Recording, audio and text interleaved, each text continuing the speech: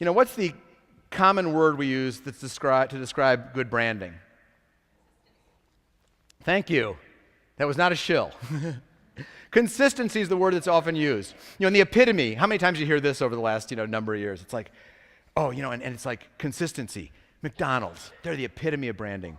You can get the same hamburger consistently in any of their stores in the world. Do you know how consistent McDonald's is?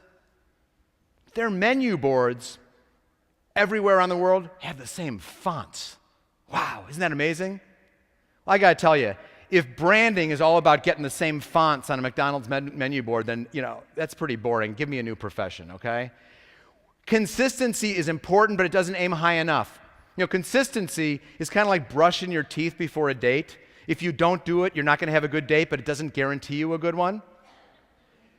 Let's raise the bar above consistency. Fundamental truth number 6, complementary is more important than consistent. How do you cut through the clutter of your customers' lives? You can't cut through the clutter of shouting. There's too much noise. They don't want to be shouted at. You've got to create a rich story. Harmony doesn't just mean simple things that go together and don't clash. Think of listening to great music where there's an interesting blend of sounds. Think of a great wine where the harmony of the different tastes is not simple, but it's complex. That's what you want to create, is this rich complement of different experiences.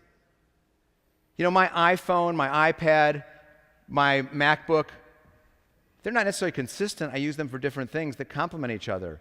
The experience in the Apple Store isn't necessarily consistent, but it's complementary that helps me form an overall impression that right now is pretty good with Apple. It's complementary, not consistent, that counts.